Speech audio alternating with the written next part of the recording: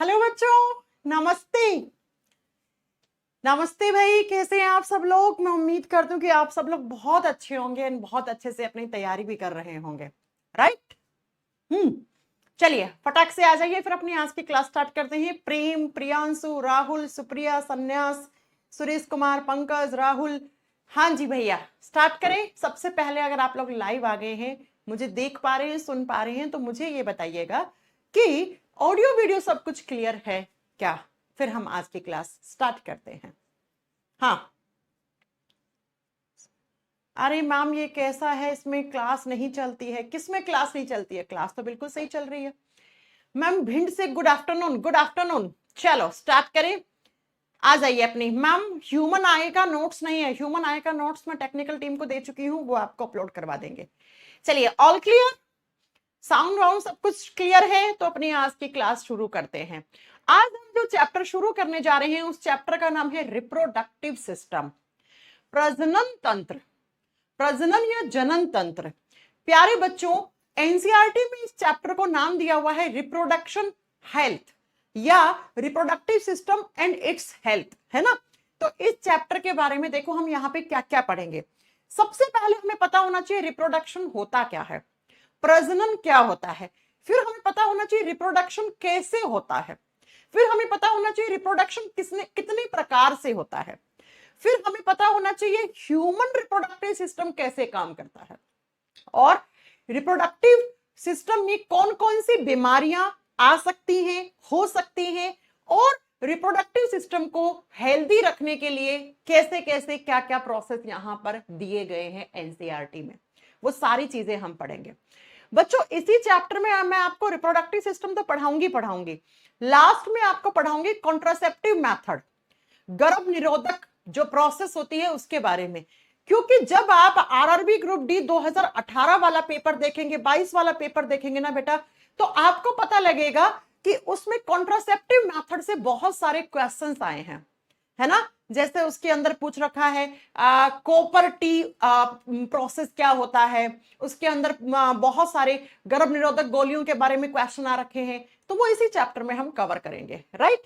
थोड़ा सा चैप्टर लेंदी है, लेकिन बेटा हम पहले थ्योरी पढ़ के फिर थोड़े से प्रीवियस ईयर के क्वेश्चंस करेंगे 15-20, जिससे आपको पता लगेगा आखिरकार क्वेश्चन आते कैसे हैं। ठीक है जी मैम, आ जाइए स्टार्ट करें, है ना। ओके, है ना। चलिए स्टार्ट करें अपनी आज की क्लास। रिप्रोडक्टिव सिस्टम, प्रजनन तंत्र। सिस्टम का मतलब होता है group of organs, group of organs. बहुत सारे ऑर्गन्स हैं, बहुत सारे अंग हैं, उनका ग्रुप है।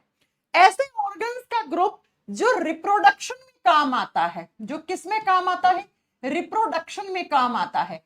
उन सारे ऑर्गन्स को एक साथ मिलाकर हम क्या बोलते हैं, उन्हें हम कहते हैं बेटा रिप्रोडक्टिव ऑर्गन्स या रिप्रोडक्टिव सिस्टम। इसका मतलब मैम हम इस चैप्टर में क्या पढ़ने वाले हैं, हम इस चैप्टर में पढ़ने वाले हैं ऐसे ऑर्गन्स, ऐसे अंगों का समूह है जो ऑर्गन्स कौन से प्रोसेस में काम आते हैं, रिप्रोडक्शन प्रोसेस में काम आते हैं। अब सबसे पहले आपको पता होना चाहिए व्हाट इज रिप्रोडक्शन। जनन या प्रजनन किसको कहते हैं। बेटा जब मैंने आपको बायोलॉजी का इंट्रोडक्शन पढ़ाया था, उस समय मैंने बताया था कि जितने भी इस धरती के ऊपर लिविंग्स होते हैं, सजीव होते हैं, उनके अंदर एक बायोलॉजिकल प्रोसेस होता है, एक जैविक प्रक्रिया होती है, उसको रिप्रोडक्शन कहते हैं। अब ये रिप्रोडक्शन लिविंग्स के लिए बहुत जरूरी है। क्यों जरूरी है, अभी आपको बताते हैं। सबसे पहले रिप्रोडक्शन होता क्या है, अपने जैसी संतान पैदा करना, टू प्रोड्यूस ऑफस्प्रिंग, अपने जैसी संतान पैदा करना। और जिस प्रोसेस के थ्रू अपने जैसी संतान पैदा होती है, उसी प्रोसेस को, उसी बायोलॉजिकल प्रोसेस को आप रिप्रोडक्शन कहते हैं। अब अपने जैसी संतान का मतलब क्या है बेटा, हम लोग इंसान है तो इंसान इंसान के बच्चों को जन्म देगा, है ना। अब आप में से कुछ लोग बोलेंगे मैं बच्चे को जन्म तो सिर्फ लड़की देती है। अरे भैया, लड़की बिना लड़के के योगदान के बच्चे को जन्म नहीं दे सकती है ना। तो रिप्रोडक्शन में मेल और फीमेल दोनों के गैमेट्स चाहिए होते हैं। फिर आप जैसे बंदर है तो बंदर अपने जैसे संतान पैदा करेगा, बंदर का ही बच्चा पैदा होगा। लंगूर है, लंगूर के जैसा। हाथी है, हाथी के जैसा। गाय, गाय के जैसा। कोई गधा है तो गधा अपने जैसे बच्चा पैदा करेगा। तो वो बायोलॉजिकल प्रोसेस जिससे क्या प्रोड्यूस होती हैं, जिससे अपनी जैसी ऑफस्प्रिंग्स प्रोड्यूस होती हैं। ऑफस्प्रिंग्स का मतलब होता है बेटा संतान, संतति, संतान। उस बायोलॉजिकल प्रोसेस को आप रिप्रोडक्शन कहते हैं। इसका मतलब मैम, इस धरती पर जितने भी लिविंग्स होते हैं, जितने भी सजीव होते हैं, वो अपनी जैसी संतान जिस जैविक प्रक्रिया के थ्रू, जिस जैविक प्रक्रिया के माध्यम से उत्पन्न करते हैं, उसी जैविक प्रक्रिया को प्रजनन या जनन कहा जाता है।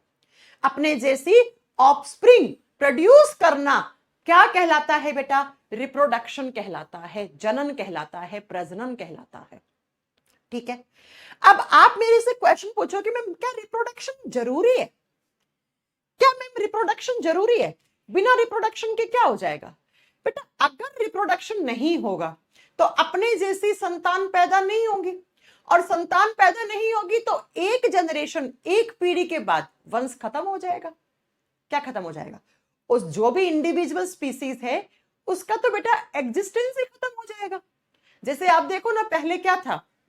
पहले जिराफ बहुत थे, अब कहां मिलते हैं जिराफ?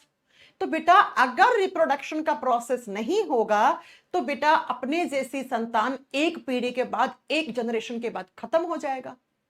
तो एक पीढ़ी से दूसरी पीढ़ी, ऐसे पीढ़ी से दर पीढ़ी चलाने के लिए रिप्रोडक्शन बहुत जरूरी है लिविंग्स के लिए। जी मैम बिल्कुल जरूरी है। ठीक है, अब बात ये आती है, ये तो हमें पता लग गया रिप्रोडक्शन होता क्या है। अपने जैसी संतान पैदा करते हैं जिस प्रोसेस के थ्रू, उसी को रिप्रोडक्शन कहते हैं, उसी को जनन कहते हैं। और ये संतान पैदा करने में जो जो ऑर्गन्स, जो जो अंग शामिल होते हैं, उन सारे अंगों को एक साथ मिलाकर हम क्या बोलते हैं? रिप्रोडक्टिव सिस्टम कहते हैं, प्रजनन तंत्र कहते हैं। सबसे पहला पॉइंट ये आता है, ये रिप्रोडक्शन होता कितने प्रकार का है। जब बात करते हैं रिप्रोडक्शन का, तो रिप्रोडक्शन दो प्रकार से होता है बेटा। इस यूनिवर्स में जितने भी सारे लिविंग्स हैं वो दो तरीके से रिप्रोड्यूस करते हैं। ठीक है, कैसा कैसा? पहला रिप्रोडक्शन का मेथड है, उसको बोलते हैं सेक्सुअल रिप्रोडक्शन। हिंदी में कहा जाता है लैंगिक जनन, सेक्सुअल रिप्रोडक्शन। और दूसरा जो रिप्रोडक्शन होता है उसको बोलते हैं एसेक्सुअल रिप्रोडक्शन। हिंदी में कहा जाता है अलैंगिक जनन। अब बच्चों मोटा मोटा अगर आपको मैं समझाऊं क्या होता है रिप्रोडक्टिव सिस्टम में, सेक्सुअल रिप्रोडक्शन और एसेक्सुअल रिप्रोडक्शन होता क्या है, बेटा नाम से ही क्लियर है। ऐसा रिप्रोडक्शन जिसमें सेक्सुअल ऑर्गन्स की जरूरत हो, जिसमें सेक्सुअल ऑर्गन्स का इन्वॉल्वमेंट हो, जिसमें क्या चाहिए? लैंगिक अंग चाहिए। अब ये सेक्सुअल ऑर्गन एक मेल बॉडी का होगा और एक फीमेल बॉडी का होगा। कहने का मतलब है ऐसा रिप्रोडक्शन जिसके अंदर आपको सेक्सुअल ऑर्गन्स चाहिए, लैंगिक जनन अंग चाहिए बेटा। लैंगिक जनन अंग जिस रिप्रोडक्शन में शामिल होगा उसको आप सेक्सुअल रिप्रोडक्शन कहोगे। अब ये जो सेक्सुअल ऑर्गन्स होते हैं ये दो होंगे, एक होगा मेल सेक्सुअल ऑर्गन, नर जनन भाग, और दूसरा होगा फीमेल सेक्सुअल ऑर्गन्स, मादा जननांग या मादा जनन भाग। इसका मतलब मैम इस रिप्रोडक्शन में, कौन से में? सेक्सुअल रिप्रोडक्शन में आपको दो तरीके के सेक्सुअल ऑर्गन्स चाहिए। एक चाहिए मेल सेक्सुअल ऑर्गन्स और दूसरा फीमेल सेक्सुअल ऑर्गन्स का ग्रुप चाहिए। अब आप मुझे बताओ कि यहां पर दो लोगों की जरूरत है, इसका मतलब इस रिप्रोडक्शन में दो पेरेंट चाहिए। अरे कितने पेरेंट चाहिए? दो, एक माता, एक पिता, एक लड़का, एक लड़की। तो ऐसा रिप्रोडक्शन, ऐसा जनन जो सेक्सुअल ऑर्गन्स की सहायता से हो और जिसमें दो प्रकार के सेक्सुअल ऑर्गन चाहिए, एक मेल एक फीमेल, और इसमें दो पेरेंट का योगदान हो बराबर 50-50%, उस रिप्रोडक्शन को सेक्सुअल रिप्रोडक्शन कहते हैं, उसे लैंगिक जनन कहते हैं। अब आ जाओ इसका जस्ट उल्टा कर दो, एसेक्सुअल रिप्रोडक्शन।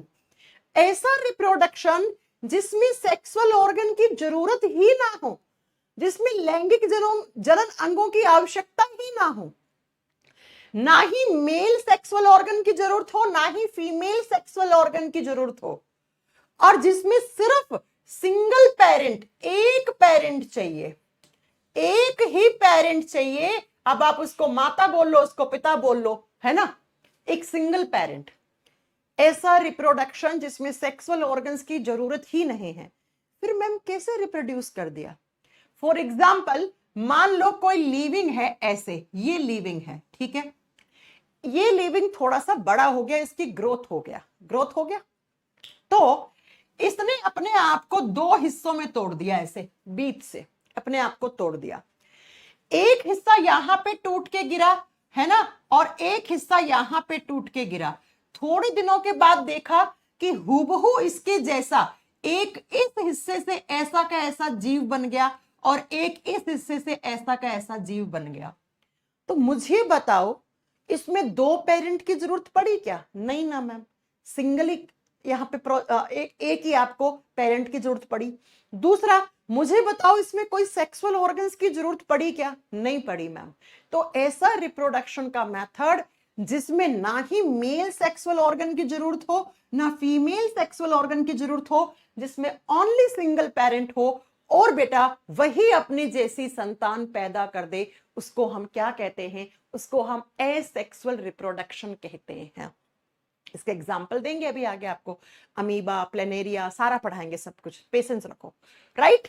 चलिए अब बात करते हैं दूसरा पॉइंट, आ जाओ। अब मैं आप लोगों से दो क्वेश्चन पूछूंगी, ध्यान से समझना बेटा। बच्चों, सेक्सुअल रिप्रोडक्शन जब होता है तो मेल बॉडी, मेल का जो रिप्रोडक्टिव ऑर्गन होता है उससे एक प्रकार की गैमेट सेल बनती हैं। मेल बॉडी से क्या बनती है? Gamete cell. गैमेट सेल को बोलते हैं जनन कोशिका या जनक कोशिका। बेटा नाम से ही क्लियर है, ऐसी कोशिका जो जनन में सहायक है, या इसी का दूसरा नाम होता है हिंदी में युग्मक कोशिका। मेल बॉडी से क्या बनती है? मेल गैमेट्स बनती हैं, और मेल गैमेट्स यानी कि जो मेल बॉडी में रिप्रोडक्टिव सेल होती है उसका नाम होता है स्पर्म, उसका नाम होता है शुक्राणु कोशिका। क्या? शुक्राणु कोशिका नाम होता है। तो मेल रिप्रोडक्टिव सिस्टम, नर का जो प्रजनन तंत्र है उसमें जो प्रजनन अंग है ना, जो मेल रिप्रोडक्टिव सिस्टम का क्या है? क्या आप बताओगे बेटा कि जो रिप्रोडक्टिव ऑर्गन्स होते हैं वो क्या बनाते हैं? वो मेल गैमेट बनाते हैं। मेल गैमेट का मतलब होता है नर युग्मक कोशिका, ठीक है, आगे बात समझ में। तो उससे क्या बनता है? स्पर्म्स बनती हैं, शुक्राणु कोशिकाएं बनती हैं। और जब बात करती है फीमेल बॉडी की, तो फीमेल बॉडी से बनते हैं female gamete, female gamete cell, ठीक है, मादा युग्मक कोशिका, आप लिख सकते हो हिंदी में मादा युग्मक कोशिका। और जो मादा युग्मक कोशिकाएं होती हैं उनका नाम क्या होता है? उनको कहा जाता है, जो लड़कियों के शरीर में बनते हैं उनको हम ओवा सेल, ओवा या एग कहते हैं। हिंदी में हम कहते हैं डिंब कोशिका, या हम हिंदी में कहते हैं अंडाणु कोशिका, अंडाणु कोशिका ये कहते हैं हिंदी में। तो मेल बॉडी से क्या बना? मेल गैमेट यानी नर युग्मक। फीमेल बॉडी से क्या बना? फीमेल गैमेट यानी मादा युग्मक, ठीक है। हाँ जी मैम। अब क्या होगा? अब बेटा सेक्सुअल रिप्रोडक्शन में क्योंकि हमें दो पेरेंट चाहिए, एक माता एक पिता, तो पिता के शरीर से क्या बना? Sperm cell. माता के शरीर से क्या बनी? ओवा या एग सेल, एग सेल। अब ये दोनों सेल का होता है फ्यूजन। फ्यूजन का मतलब होता है जुड़ना बच्चा, फ्यूजन का मतलब होता है संलयन होना। जब ये स्पर्म्स और ओवा, जब ये स्पर्म कोशिका, शुक्राणु कोशिका, ओवा कोशिका, अंडाणु कोशिका दोनों आपस में फ्यूज करती हैं, फ्यूजन करती हैं, जुड़ती हैं, तो इस प्रोसेस को नाम दिया जाता है फर्टिलाइजेशन। क्या नाम दिया जाता है?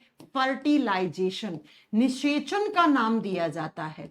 और जैसे ही फर्टिलाइजेशन होता है तो इस दोनों के फर्टिलाइजेशन से एक नया सेल बनता है, और इस सेल को कहा जाता है जाइगोट।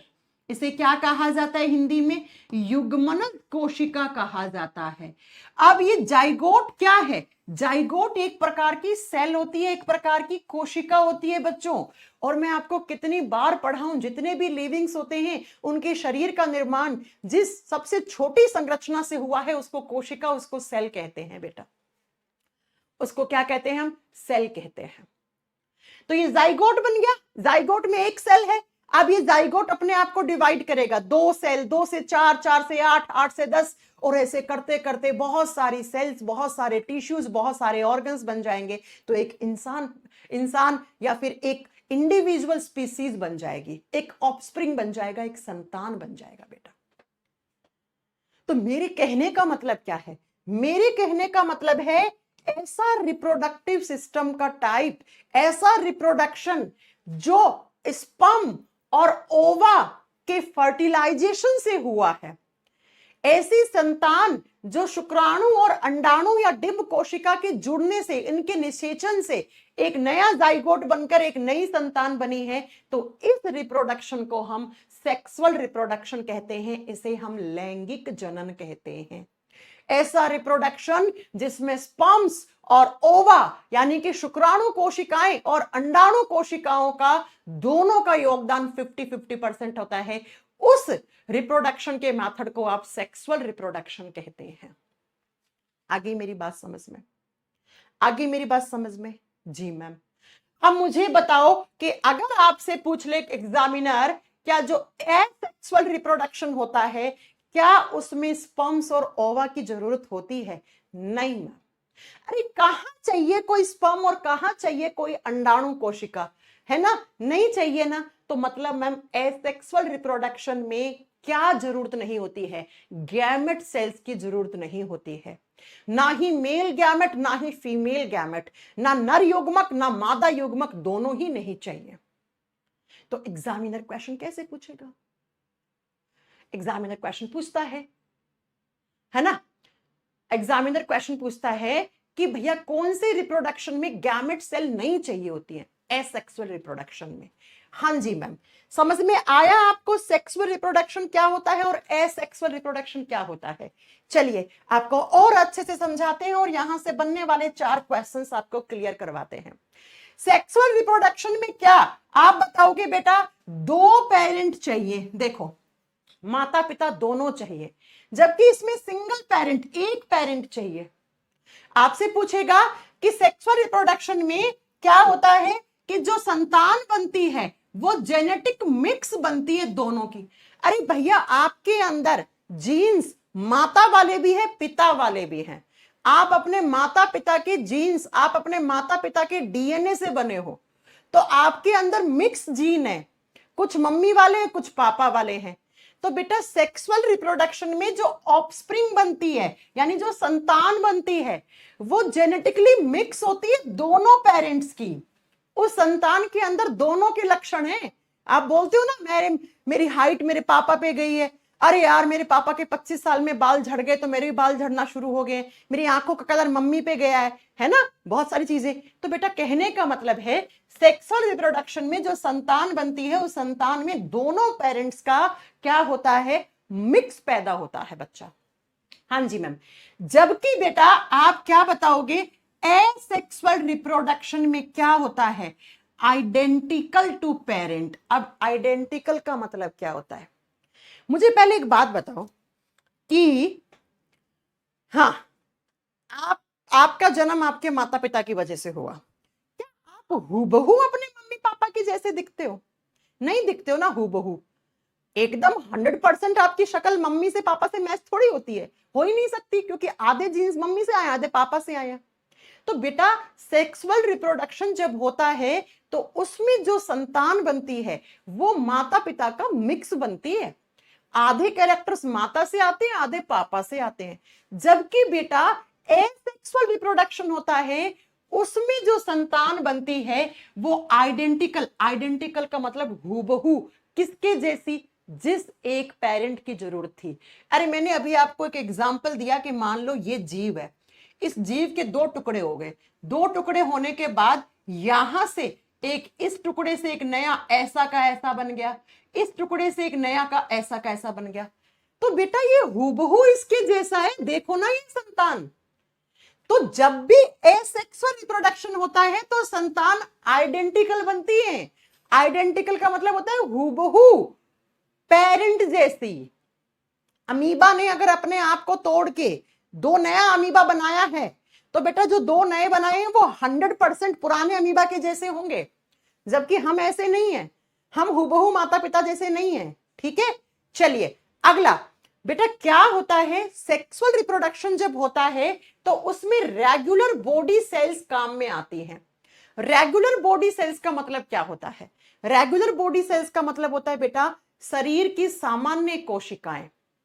इसमें स्पर्म और ओवा नहीं चाहिए होते हैं, जबकि इसमें क्या चाहिए होती हैं, सेक्स सेल्स यानी कि गैमेट सेल चाहिए होती हैं। जो मैंने आपको भी पढ़ाया कि मेल गैमेट का नाम शुक्राणु कोशिका होता है, मादा फीमेल गैमेट का नाम अंडाणु कोशिका होती है। ठीक है, हाँ जी मैम, याद रखिएगा सेक्सुअल रिप्रोडक्शन स्लो होता है, ये धीमा होता है। ठीक है, ये धीमा होता है, जबकि जो एसेक्सुअल रिप्रोडक्शन होता है वो तेजी से होता है, ये क्विक होता है। तो एग्जामिनर क्वेश्चन पूछता है कौन सा रिप्रोडक्शन फास्ट होगा, कौन सा रिप्रोडक्शन स्लो होगा।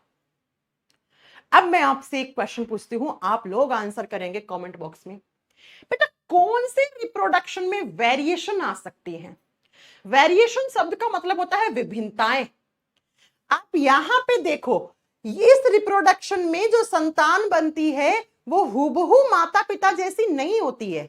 इसका मतलब थोड़े बहुत तो बदलाव आए हैं ना उसके अंदर।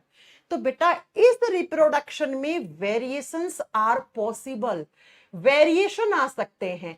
अब वेरिएशन का मतलब होता है विभिन्नताएं, यानी कि इसमें जो संतान बनती है उस संतान में माता पिता के लक्षण तो होते ही हैं, लेकिन कुछ लक्षण उसमें माता पिता से हटके अलग भी हो सकते हैं। तो बेटा सेक्सुअल रिप्रोडक्शन में हमेशा वेरिएशंस आर पॉसिबल, इसमें विभिन्नताएं वेरिएशन आ सकते हैं। जबकि बच्चों एसेक्सुअल रिप्रोडक्शन में वेरिएशंस आ ही नहीं सकते हैं। क्यों मैम? क्योंकि ये संतान ऐसी तो है एकदम अपने पेरेंट जैसी। तो याद रखिएगा इस रिप्रोडक्शन में वेरिएशन यानी विभिन्नताएं नहीं आ सकती हैं, जबकि इसमें वेरिएशन आ सकती है। अगर आप घर में 3 भाई बहन हो तो तीनों भाई बहन की शक्ल भी आपस में एक जैसी नहीं मिलती है, ना एक जैसे लक्षण है। एक पढ़ने में बहुत तेज, एक एकदम गुंडा जुआरी, है ना, क्योंकि वेरिएशन है बेटा आपके जीन्स में। राइट? तो सेक्सुअल रिप्रोडक्शन क्या होता है, एसेक्सुअल रिप्रोडक्शन क्या होता है, आपको समझ में आया? जी मैम। अब ये सेक्सुअल रिप्रोडक्शन के एग्जाम्पल्स कौन कौन से हैं वो हम लास्ट में पढ़ेंगे, बिकॉज अभी हम पढ़ेंगे ह्यूमन रिप्रोडक्टिव सिस्टम। और प्यारे बच्चों ह्यूमन रिप्रोडक्टिव सिस्टम कौन सा होता है, सेक्सुअल रिप्रोडक्शन। तो पहले मैं ये पढ़ाऊंगी, बाद में मैं ये पढ़ाऊंगी। पढ़ना हमें सब कुछ है, छोड़ेंगे हम कुछ भी नहीं, है ना। पढ़ना हमें ही है और पढ़ाना मुझे ही है। तो आ जाइए पहले, अब आप हेडिंग डालेंगे। यहां तक के क्लास में आपको पता लग गया रिप्रोडक्शन क्या होता है, क्यों जरूरी है, कितने प्रकार का होता है। ठीक है, पता लग गया। हाँ, अब आप कहो कि मैम एग्जाम्पल दे दो, आप लिख सकते हो एग्जाम्पल। सेक्सुअल रिप्रोडक्शन किस में होता है, ह्यूमंस में, मनुष्य में, मनुष्य प्रजाति में कौन सा रिप्रोडक्शन, ह्यूमंस में सेक्सुअल रिप्रोडक्शन। आप लिख सकते हो मैमल्स, मैमल्स का मतलब होता है स्तनधारी, जो बच्चों को जन्म दे, है ना, स्तनधारी, और जिनमें रीढ़ की हड्डी पाई जाती है उनको मैमल्स कहते हैं हम। तो इनमें क्या, इनमें कौन सा रिप्रोडक्शन होता है, गाय भैंस घोड़ा बकरी कुत्ता बिल्ली गधा, हम लोग, हम सब सेक्सुअली रिप्रोडक्शन की ही देन है। जबकि बेटा एसेक्सुअल रिप्रोडक्शन के एग्जाम्पल लिखने हैं तो इसमें पहला एग्जाम्पल लिख दो अमीबा, अमोइबा, अमीबा, अमीबा यहीं पे आता है। दूसरा एग्जाम्पल आप लिख सकते हो ईस्ट, ईस्ट को बोलते हैं खमीर, खमीर। ठीक है, ये सारे मैं आपको आगे पढ़ाऊंगी, ये सारे आपको पढ़ाऊंगी। पहले हम ये पढ़ेंगे बिकॉज हमारा पहला मेन चैप्टर ये है, बाद में ये पढ़ेंगे। ठीक है, चलो। तो अब आप हेडिंग डालेंगे ह्यूमन रिप्रोडक्टिव सिस्टम, मानव प्रजनन तंत्र। मैम ट्विंस बच्चे कैसे होता है पैदा, रुक जाओ बेटा, आप मैडम से आगे चलोगे ना, पहले ये तो देख लो एक बच्चा कैसे पैदा होता है, तो मैं 2 की पढ़ी है? चलो सुनो, आइए क्या, आ जाइए, क्या ह्यूमन रिप्रोडक्टिव सिस्टम कैसे होता है। सबसे पहले मैं आपको ह्यूमन रिप्रोडक्टिव सिस्टम के कुछ कैरेक्टर्स बताती हूं, कुछ लक्षण बताती हूं। बेटा जब हम ह्यूमन रिप्रोडक्टिव सिस्टम के बारे में बात करते हैं तो पहला पॉइंट आपको पता होना चाहिए, ह्यूमन रिप्रोडक्टिव सिस्टम किस प्रकार का होता है, सेक्सुअल रिप्रोडक्शन होता है। अब मैं ये नहीं बताऊंगी सेक्सुअल रिप्रोडक्शन क्या होता है, ठीक है, यानी कि मनुष्य के शरीर के अंदर रिप्रोडक्शन जो होता है वो किस प्रकार का होता है, सेक्सुअल रिप्रोडक्शन, यानी कि लैंगिक जनन तंत्र पाया जाता है, सेक्सुअली रिप्रोड्यूस करते हैं ह्यूमंस, पहला पॉइंट, ठीक है। दूसरा पॉइंट सुनो, ह्यूमन रिप्रोडक्टिव सिस्टम में जो गैमेट्स होते हैं वो चाहिए होते हैं, यानी कि ह्यूमन रिप्रोडक्टिव सिस्टम में दो प्रकार के गैमेट्स चाहिए होते हैं। गैमेट्स को बोलते हैं युग्मक, दो प्रकार के युग्मक चाहिए होते हैं। एक गैमेट जो मेल बॉडी से बनता है उसका नाम क्या होता है, उसको बोलेंगे नर युग्मक कोशिका, और जो फीमेल बॉडी से बनेगा उसको बोलेंगे मादा युग्मक कोशिका, ठीक है। और मेल बॉडी से कौन सा बनता है तो आप बताओगे, स्पर्म यानी कि शुक्राणु कोशिका बनती है। ये कब बनती है पहली बार, कब बनना बंद होती है, सब कुछ बताएंगे, ठीक है। आ जाइए, फीमेल रिप्रोडक्टिव सिस्टम से क्या बनता है, ओवा या एग बनते हैं। ओवा को बोलते हैं डिंब कोशिका और एग को बोलते हैं अंडाणु कोशिका। यानी कि मैम क्योंकि ह्यूमंस में, मनुष्यों में कौन सा रिप्रोडक्शन चाहिए होता है, सेक्सुअल रिप्रोडक्शन, तो दो प्रकार की गैमेट सेल चाहिए होती हैं, एक होता है स्पर्म, एक होता है ओवा। याद रखना जो ओवा होती है वो बड़ी होती है, ये लार्ज होती है, ठीक है। मनुष्य के शरीर की सबसे बड़ी कोशिका ओवा या अंडाणु कोशिका होती है, और जो स्पर्म होता है वो छोटा होता है, ये स्मॉल होता है। मनुष्य के शरीर की सबसे छोटी कोशिका स्पर्म यानी शुक्राणु कोशिका होती है। आ गया आगे बात, ठीक है। आ जाओ नेक्स्ट पॉइंट, ह्यूमन का जो रिप्रोडक्टिव सिस्टम होता है वो डाइमॉर्फिज्म शो करता है। अब मैम ये डाइमॉर्फिज्म शब्द का मतलब क्या होता है, डाइमॉर्फिज्म शब्द का मतलब होता है द्विरूपता। द्वि का मतलब क्या होता है बेटा, दो, और रूपता का मतलब दो रूप चाहिए। यहां पे कौन कौन से दो रूप, कौन कौन से दो रूप, तो बेटा एक मेल है ना, एक मेल वाले कैरेक्टर्स आते हैं, एक नर शरीर वाले, यानी कि नर प्रजनन तंत्र में नर के शरीर के अंदर जो लक्षण होते हैं वो दिखते हैं, और फीमेल बॉडी में फीमेल रिप्रोडक्टिव कैरेक्टर्स दिखते हैं। इसका मतलब मैम दो तरीके के रूप हो गए। हाँ बेटा, डाइमॉर्फिज्म शो कर रहे हैं, डाइमॉर्फिज्म शो हो रहा है, ठीक है। क्यों, क्योंकि मेल बॉडी में मेल रिप्रोडक्टिव ऑर्गन्स होते हैं, फीमेल बॉडी में फीमेल रिप्रोडक्टिव सिस्टम होते हैं। तो कितने तरीके का रूप है, दो तरीके का रूप, एक माँ का एक पापा का रूप, है ना, ऐसे समझ लो। हाँ जी ma'am. Next, human reproductive system में जो पेरेंट्स होते हैं वो यूनिसेक्सुअल होते हैं। क्या होते हैं बच्चा, यूनिसेक्सुअल। यूनिसेक्सुअल का मतलब होता है एक लैंगिक, यानी कि एक रिप्रोडक्टिव ऑर्गन एक बॉडी में होता है। अरे भैया यूनिसेक्सुअल का मतलब होता है मेल बॉडी में मेल रिप्रोडक्टिव ऑर्गन्स होंगे, ठीक है। तो एक बॉडी होगी मेल वाली और एक होगी फीमेल वाली। तो एक बॉडी में एक ही, ऐसा थोड़ी ना है कि एक ही शरीर के अंदर मेल और फीमेल रिप्रोडक्टिव दोनों सिस्टम है, नहीं ना, नहीं ना। तो बेटा यूनिसेक्सुअल का मतलब होता है एक सेक्स एक बॉडी में होता है, ठीक है। तो मेल में होगा तो कौन सा होगा, मेल रिप्रोडक्टिव सिस्टम हो जाएगा, और फीमेल वाला होगा तो हम क्या कर देंगे, फीमेल रिप्रोडक्टिव सिस्टम, मादा प्रजनन तंत्र।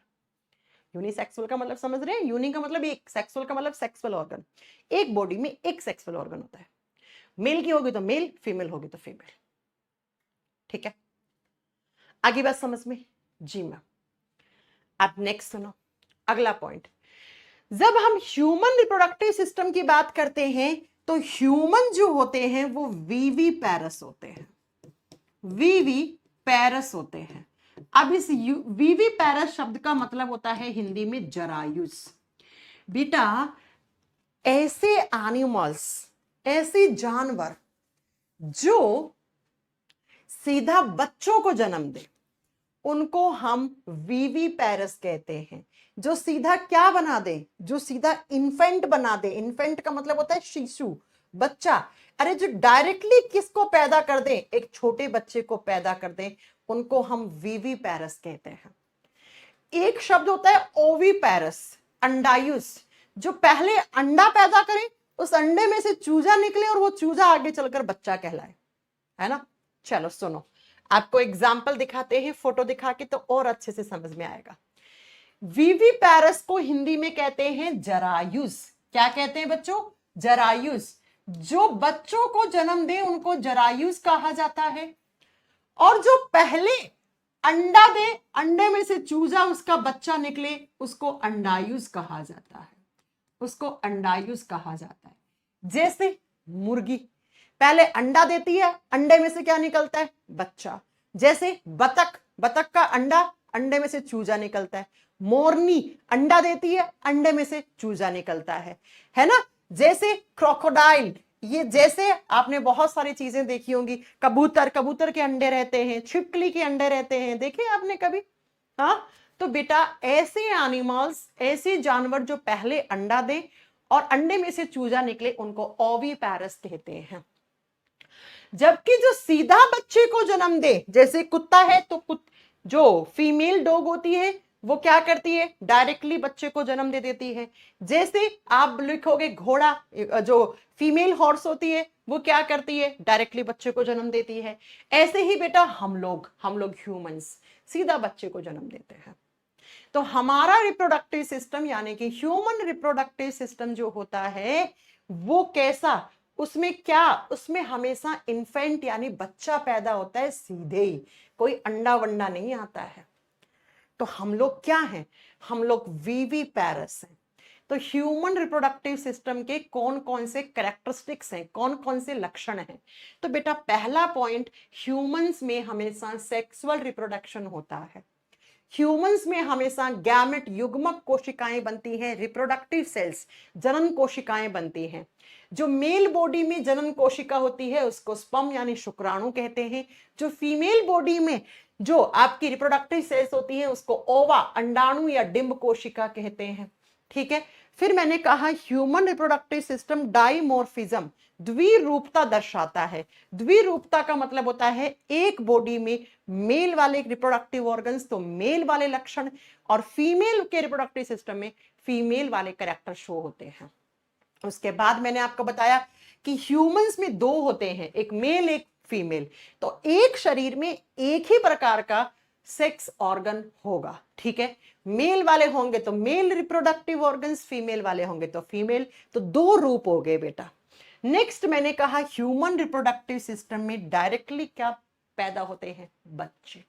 बच्चे तो हम क्या हैं? हम वीवी पैरस एनिमल्स हैं, हम जरायुस हैं। ठीक है। अब एग्जाम में आ जाता है कौन सा डायरेक्ट अंडे को देता है जन्म। एग्जाम में आ जाता है इनमें से चार ऑप्शन देगा, कौन वीवी पैरस है, कौन ओवी पैरस है।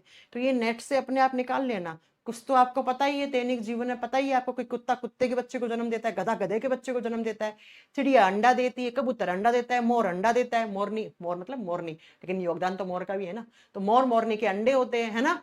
तो ये तो कुछ आप डेली लाइफ के जीवन से सीखते हो। यस, आ जाइए। चलो नेक्स्ट, ये हो गया ह्यूमन रिप्रोडक्टिव सिस्टम के कैरेक्टर्स।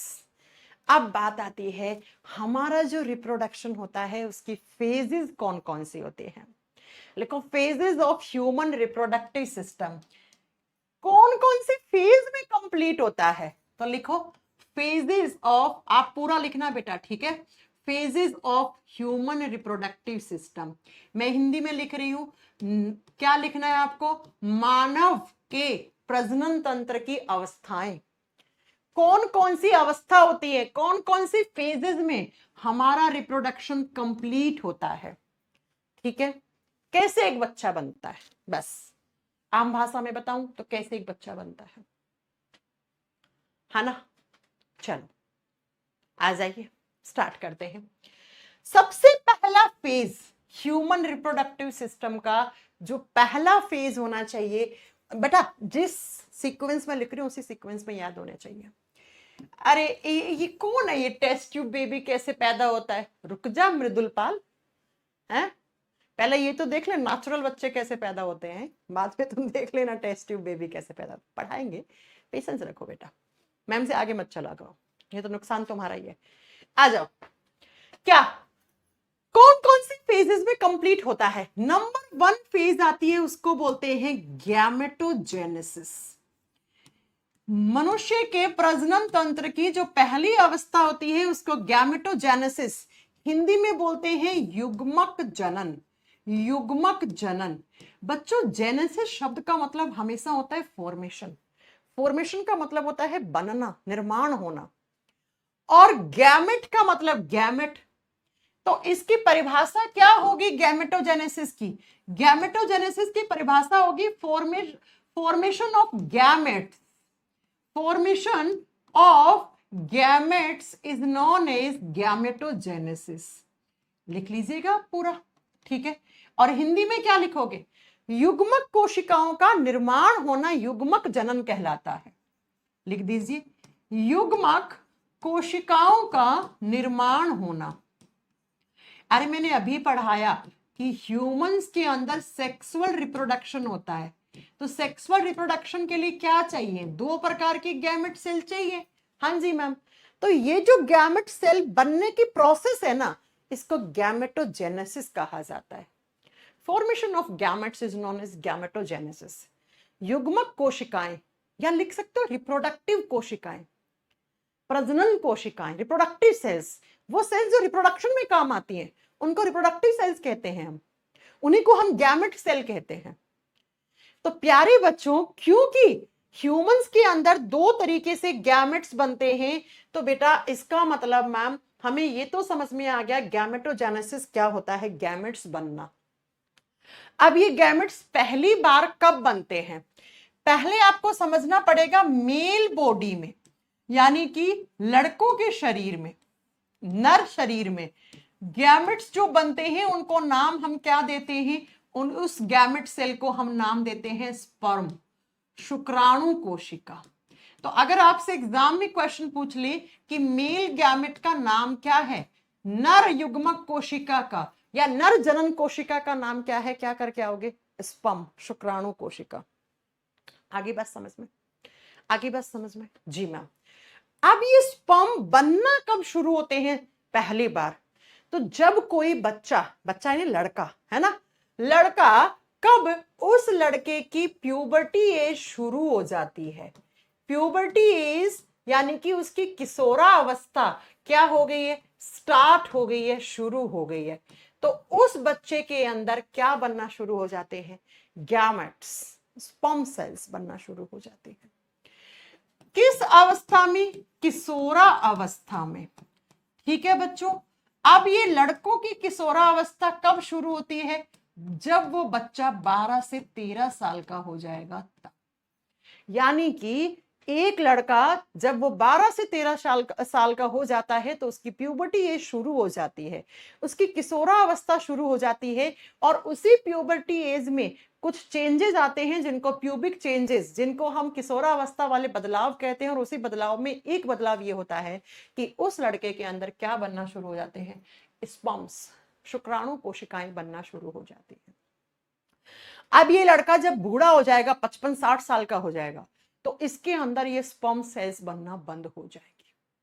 ठीक है, 55-60 साल के बाद ये स्पर्म सेल्स बनना बंद हो जाती हैं।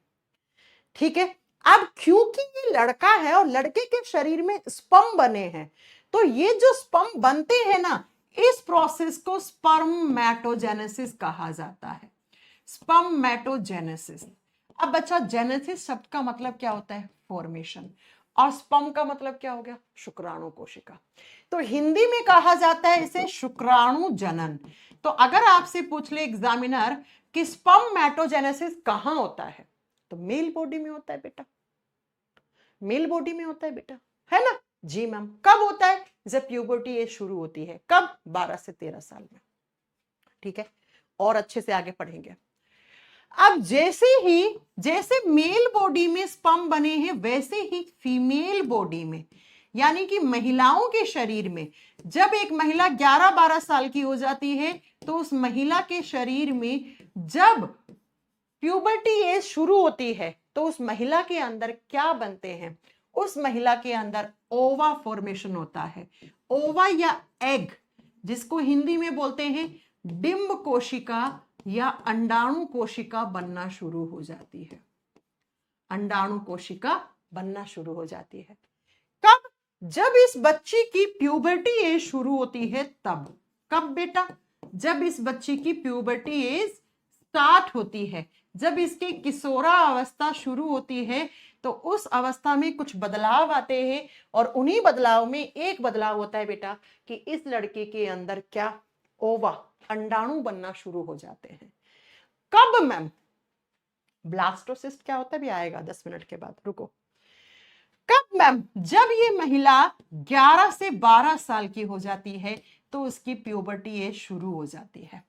पुराने जमाने में तो 12-13 साल लिखा जाता था, अब आजकल का खाना पीना ऐसा ही हो गया है ना? तो बेटा 11 साल में भी प्यूबर्टी एज शुरू हो सकती है किसी लड़की की। हाँ, वैसे 12-13 साल भी सही है, आप लिख सकते हो। 12 to 13 भी सही है, लेकिन आजकल का खाना पीना है ना, जनरेशन, आजकल तो जेन जी जनरेशन चल रही है ना? ठीक है बेटा। अब क्योंकि इसके अंदर अंडा बन रहा है तो इस प्रोसेस को, अंडा बनने की प्रोसेस को क्या कहा जाता है?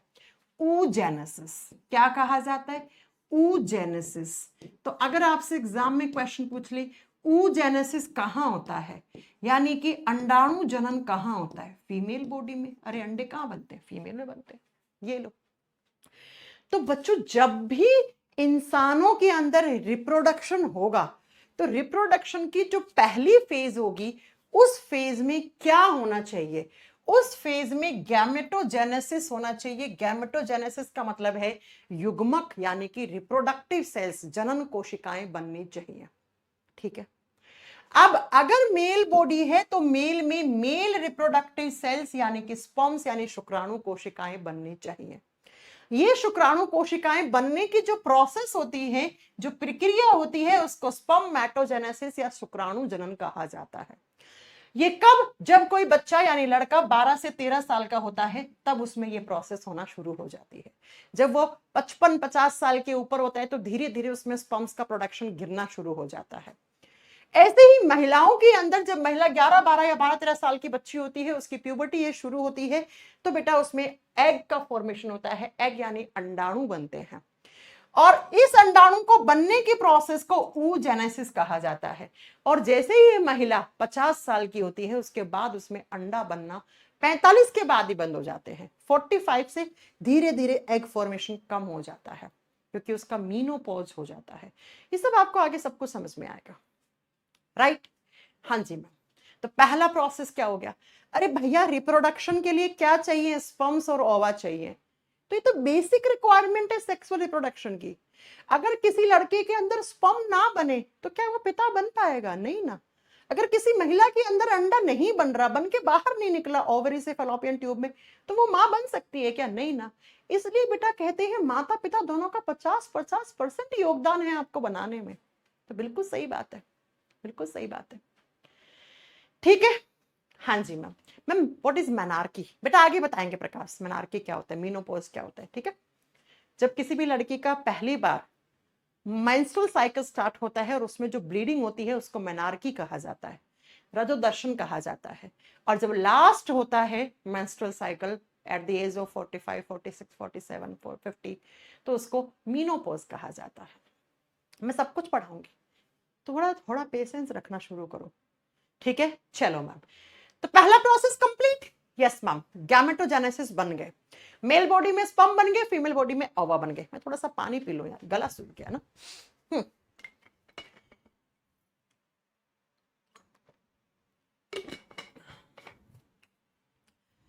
अब दूसरा प्रोसेस क्या होगा आफ्टर गैमेटोजेनेसिस? सुनो, अब ये जो मेल बॉडी में स्पर्म्स बने हैं जननांग भागों से या जननांगों के द्वारा, जननांगों के द्वारा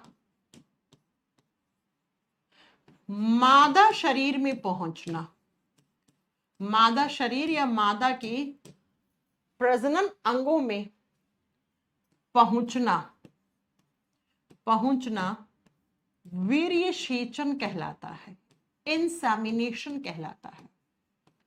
इंसेमिनेशन एक बायोलॉजिकल प्रोसेस है जिसके अंदर क्या होता है, मेल बॉडी से जो स्पर्म्स बने थे वो स्पर्म्स बाहर आते हैं सीमेन वीर्य की सहायता से, और वो फीमेल के रिप्रोडक्टिव सिस्टम में एंटर करते हैं। देखो कैसे करते हैं, फीमेल रिप्रोडक्टिव सिस्टम कुछ ऐसा होता है, ठीक है, और इस हिस्से से इनको बोलते हैं जेनाइटल एरिया, ठीक है, जन्म होता है तो इसी एरिया से बच्चा बाहर निकलता है। तो ऐसे फीमेल के रिप्रोडक्टिव सिस्टम में स्पर्म्स यानी शुक्राणु कोशिकाओं की एंट्री होती है। एंट्री होगी तो ये एंट्री होना, ये मेल बॉडी से स्पर्म्स फीमेल बॉडी तक पहुंचना इंसेमिनेशन वीर्य सेचन कहलाता है। आप पहुंच गए जी मैम। अब कैसे पहुंचते हैं, थ्रू सेक्सुअल इंटरकॉर्सेस, सेक्सुअल इंटरकॉर्सेस एक्टिविटीज के थ्रू ये फीमेल के रिप्रोडक्टिव सिस्टम में पहुंच जाते हैं। ओके मैम, चलिए अब आइए तीसरा प्रोसेस। अब जैसे स्पर्म्स यानी शुक्राणु कोशिकाएं किसी भी लड़की के रिप्रोडक्टिव ऑर्गन्स में आ गए, अब क्या होगा, अब तीसरा प्रोसेस होगा, तीसरा फेज होगा जिसको बोलेंगे हम फर्टिलाइजेशन। क्या बोलेंगे, फर्टिलाइजेशन कहेंगे, हिंदी में कहते हैं हम निषेचन की प्रक्रिया। अब ये निषेचन होता क्या है पहले ये सुनो, जो स्पर्म्स मेल बॉडी से ट्रेवल करके फीमेल के जेनाइटल एरिया में आए थे वही स्पर्म्स अब आके मिलते हैं ओवा से। फर्टिलाइजेशन का मतलब होता है फ्यूजन ऑफ स्पर्म एंड ओवा, यानी कि शुक्राणु कोशिका और अंडाणु कोशिका का जो संलयन है, जो जुड़ना है, उसी को आप क्या कहते हैं, फर्टिलाइजेशन कहते हैं। स्पर्म ओवा ये दोनों गैमेट सेल्स आपस में मिली तो इस मिलने की प्रोसेस को फर्टिलाइजेशन कहते हैं, निषेचन की प्रक्रिया कहते हैं बेटा इसे, ठीक है। और जैसे ही फर्टिलाइजेशन होता है तो इन दोनों के जुड़ने से एक नया सेल बनता है और उस नई सेल को आप जाइगोट कहते हो। उसे क्या कहते हो आप, जाइगोट कहते हो। तो मैं ये बता दूं आपको, मैं ऐसे कह सकती हूं कि फर्टिलाइजेशन निषेचन क्या होता है, मैं ये कह सकती हूं कि शुक्राणु अंडाणु कोशिका से मिलता है तो इस मिलने की प्रोसेस को निषेचन यानी फर्टिलाइजेशन कहते हैं, और फर्टिलाइजेशन से एक नया कोशिका बनता है, एक नया सेल बनता है, उसको जाइगोट, है ना। तो इसी प्रोसेस को आप फर्टिलाइजेशन, इसे निषेचन का नाम देते हैं बेटा, देते हैं, ठीक है। अब ये फर्टिलाइजेशन होता कैसे है, ध्यान से सुनो, ये होता है ह्यूमन एग, ओवम, एग, ओवा, ओवम, एग, आप कुछ भी बोल सकते हो, सारे शब्द सही हैं। महिलाओं में हर महीने जो अंडा बनता है वो कुछ ऐसा दिखता है, और लड़कों के अंदर जो स्पर्म्स बनते हैं वो कैसे बेटा, ऐसे बनते हैं, ये होते हैं स्पर्म। अब ये स्पर्म मेल बॉडी से ट्रैवल करके फीमेल बॉडी में आते हैं, और ये स्पर्म और ओवा आपस में जब जुड़ते हैं तो उसको फर्टिलाइजेशन कहा जाता है। अब ये फर्टिलाइजेशन होता कहां है, इसकी जगह क्या है। अब आप कहोगे मैम जगह, ये तो फीमेल बॉडी में होता है। अरे भैया फीमेल के भी तो इतने सारे रिप्रोडक्टिव ऑर्गन्स हैं, उसमें कहां होता है, तो सुनो, ये होती है महिलाओं की ओवरी, अंडाशय, एक ओवरी लेफ्ट में एक राइट में, दो अंडाशय होते हैं, दो ओवरीज होती हैं लड़कियों के अंदर, ठीक है। इस पे देखो ये अंडा है, ये अंडा है, अंडा बन गया। अंडा बनता कहां है, ओवम बनता कहां है, ओवम का फॉर्मेशन कहां होता है, ओवरी में, अंडाशय में बनते हैं। आप याद रखिएगा कि जो ओवम यानी कि जो एग सेल होता है फीमेल के अंदर, वो बनता कहां है, बनता है वो ओवरी में, अंडाशय में बन गया। अब बनके ये बाहर निकलता है और यहां आ जाता है, इसको क्या कहते हैं, ये नली है बेटा, ये नली, ये ट्यूब है, ट्यूब जैसी दिख रही है ना, हाँ जी मैम, इसे कहा जाता है इंग्लिश में फैलोपियन ट्यूब। क्या कहते हैं हम इंग्लिश में, फैलोपियन ट्यूब, और हिंदी में बोलते हैं हम अंडवाहिका नली। अंडवाहिका जो अंडाणुओं का वाहन करती है, उस नली को हम फैलोपियन ट्यूब कहते हैं। तो ये एग बना ओवेरी में, बन के ये बाहर आ गया ऐसे। अब यहां से क्या आएंगे, यहां से बहुत सारे स्पर्म्स आएंगे। तो ये स्पर्म जब इस अंडाणु के पास यहां पहुंचेगा तो यहीं पर कौन सा प्रोसेस हो जाएगा, यहां पर फर्टिलाइजेशन हो जाएगा, यहां पे निषेचन की प्रक्रिया हो जाएगी। तो प्यारे बच्चों, एग्जाम में क्वेश्चन आता है फर्टिलाइजेशन कहाँ होता है, फीमेल बॉडी में होता है, फीमेल में कहाँ होता है, फैलोपियन ट्यूब में। तो चलिए इस बात को अपन नोट करते हैं, लिख दीजिए फर्टिलाइजेशन की site, the site of fertilisation लिखो। फर्टिलाइजेशन की साइट क्या है, जगह क्या है, तो ये कहाँ होता है, ये होता है फैलोपियन ट्यूब में। दो फैलोपियन ट्यूब होती है, जी हाँ, एक लेफ्ट में एक राइट में, फैलोपियन ट्यूब, और हिंदी में कहा जाता है अंडवाहिका नली। अच्छा, इस ट्यूब का एक दूसरा नाम भी होता है बेटा, इसे ओविडक्ट भी बोलते हैं। ओवी का मतलब ओवम, डक्ट का मतलब नली, है ना, वो नली जिसमें ओवम आते हैं, अंडाणु आते हैं। तो ये जगह है बेटा। हाँ, दो ओवेरी होती है। अच्छा चलो, कुछ डाउट होंगे आपके दिमाग में, खत्म कर देते हैं, कोई बात नहीं है। सुनो, ये ओवेरी है, हाँ जी मैम, ये ओवेरी है, हाँ जी मैम। 1 महीने लड़कियों में यहां से अंडा बन के बाहर जाता है, 1 महीने यहां से जाता है। कभी कभी ऐसा होता है दोनों से ही 2 अंडे बाहर के निकल जाते हैं, 2 स्पर्म ने फर्टाइल कर दिया तो ट्विंस, जुड़वा बच्चे पैदा हो जाएंगे, राइट, हाँ जी मैम, ठीक है।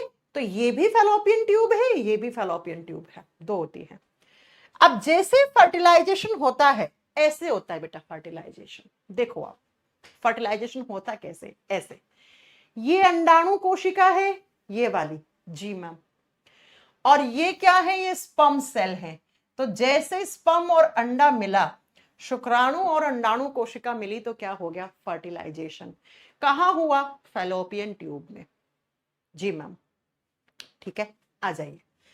अब फर्टिलाइजेशन के बाद क्या बना मुझे बताओ, जाइगोट बना, बन गया जाइगोट, जी मैम। जाइगोट क्या होता है, याद रखना, जाइगोट सिंगल सेल्यूलर होता है। अब प्यारे बच्चों मुझे बताओ, सिंगल सेल्यूलर का मतलब क्या होता है, एक कोशिकीय। जाइगोट एक कोशिकीय संरचना है, ये एक सेल है बेटा। अब ये जाइगोट अपने आप को क्या करेगा, डिवाइड करेगा। तो 1 से कितनी बन गई, 2 बन गई। फिर ये अपने आप को डिवाइड करेगी, तो इससे 2, इससे 2, तो 2 से 4, 4 से 8, 8 से 10, ऐसे बहुत सारी सेल्स बन जाएंगी, जी मैम, है ना। सबसे पहले जो हमारे शरीर की प्रथम कोशिका होती है उसको जाइगोट युग्मनज कोशिका कहते हैं। फिर 1 से 2, 2 से 4, 4 से 8 ऐसे बनती रहती है। तो बहुत सारी सेल्स बन जाएंगी ऐसे, जी मैम, सेल्स का ग्रुप बन गया, हाँ जी मैम। और ये जो बहुत सारी सेल्स का ग्रुप बना है ना, आइए आपको दिखाते हैं। ये देखो, इसको समझना ध्यान से। फर्टिलाइज्ड एग का मतलब है निषेचित अंडा। ये वो अंडा है जिसका निषेचन हो चुका है। अब इस अंडे से देखो 2 सेल स्टेज, 2 सेल का मतलब है 2 सेल बनी, 1 से 2 बन गई, ये देखो।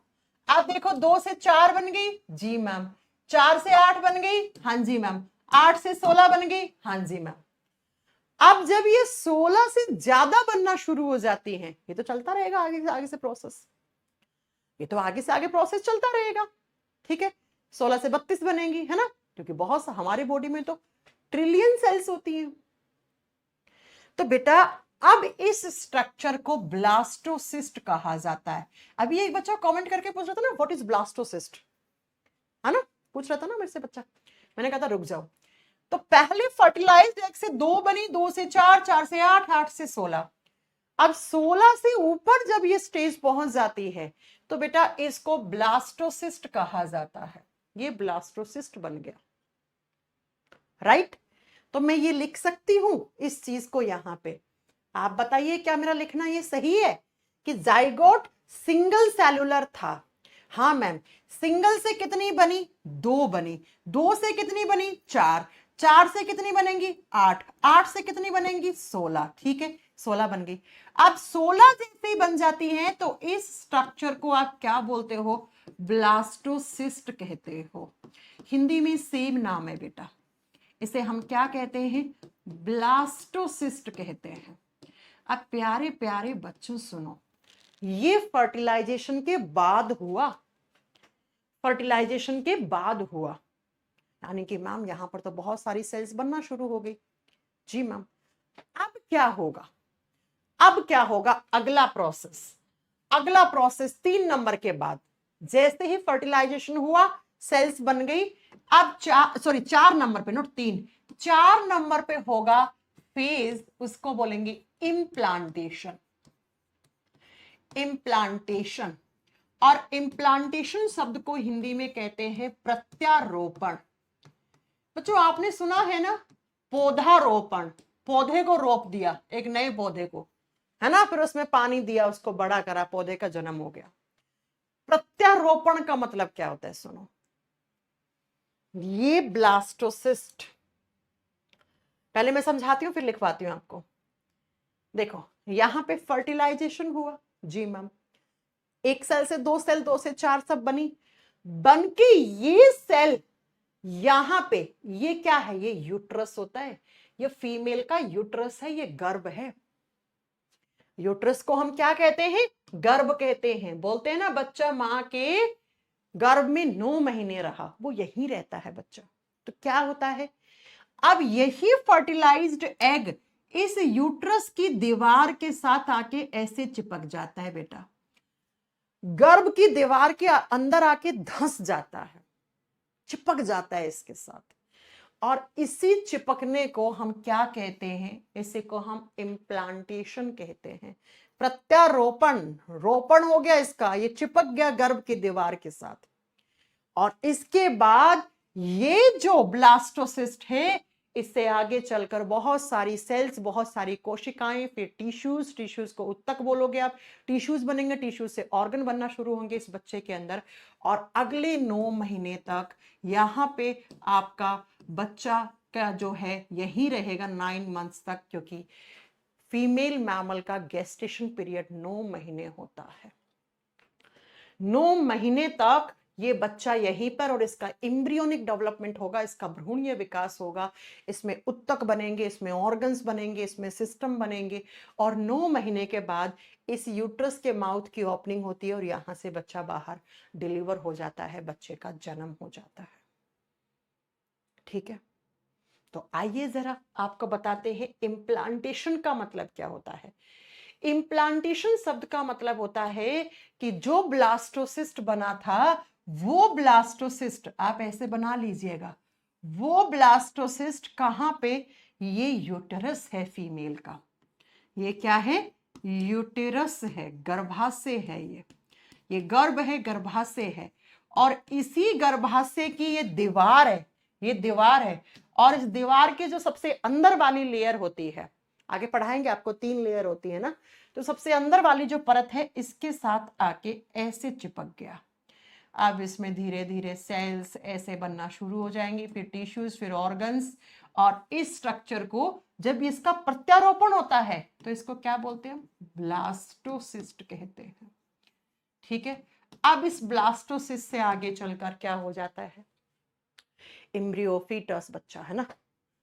और कितने महीने तक रहता है ये, अगर मैं आपसे पूछूं गर्भ अवधि कितनी है, यानी कि 5 नंबर पे जो फेज आएगा वो कौन सा होगा, वो होगा गेस्टेशन पीरियड।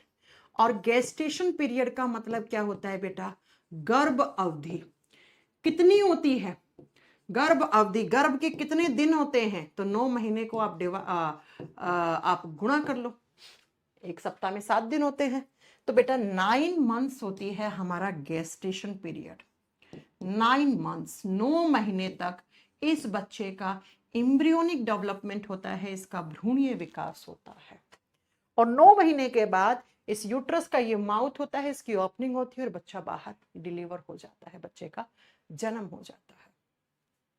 ठीक है मैम, 7 महीने में ही बच्चा पैदा होता है बेटा, उसका डेवलपमेंट अच्छे से नहीं होता है ना, कमजोर बच्चे पैदा होते हैं, 7 में भी हो सकते हैं, 7.5 में भी हो सकते हैं, कभी कभी 7 महीने वाले बच्चे सरवाइव कर जाते हैं, लंग्स ही अच्छे से बन के तैयार होते हैं 7 7.5 महीने में तो बच्चे के।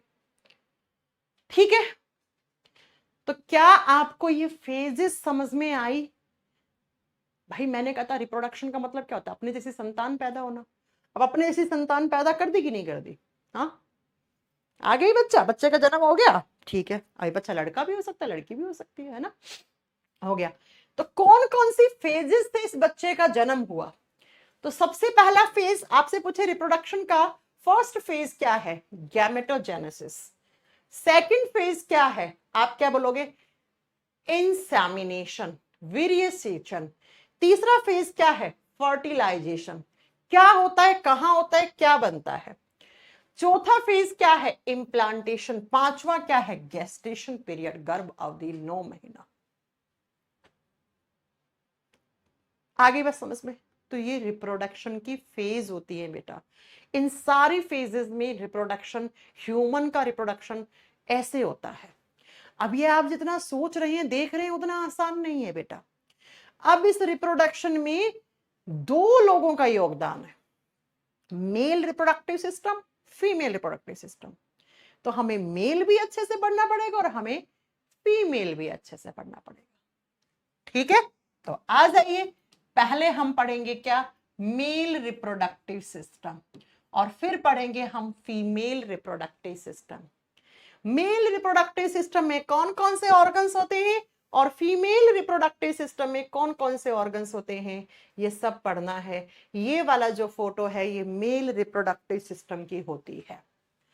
ये जो जितने भी सारे नाम लिखे हैं ना, epididymis, prostate gland, vas deferens, ureter, seminal vesicle, scrotum, testis, ये सारे शब्दों का मीनिंग आपको पता होना चाहिए, ठीक है ना? आगे बात समझ में? जी मैम। तो ये हम कल के क्लास में शुरू करेंगे, मेल रिप्रोडक्टिव सिस्टम। बहुत ज्यादा हो जाएगा आज के लिए, ठीक है? कल हम मेल रिप्रोडक्टिव सिस्टम खत्म कर लेंगे, उसके बाद एक क्लास में हम फीमेल रिप्रोडक्टिव सिस्टम खत्म कर लेंगे, और देन एक क्लास में हम मेंस्ट्रुअल साइकिल हो गया और कॉन्ट्रासेप्टिव मेथड्स हो गए, है ना, ये सब डिस्कस करेंगे। अभी लगेंगे 3 क्लास। चैप्टर बड़ा है बेटा, लेकिन one of the most most important chapter. Okay, ठीक है प्यारे बच्चों।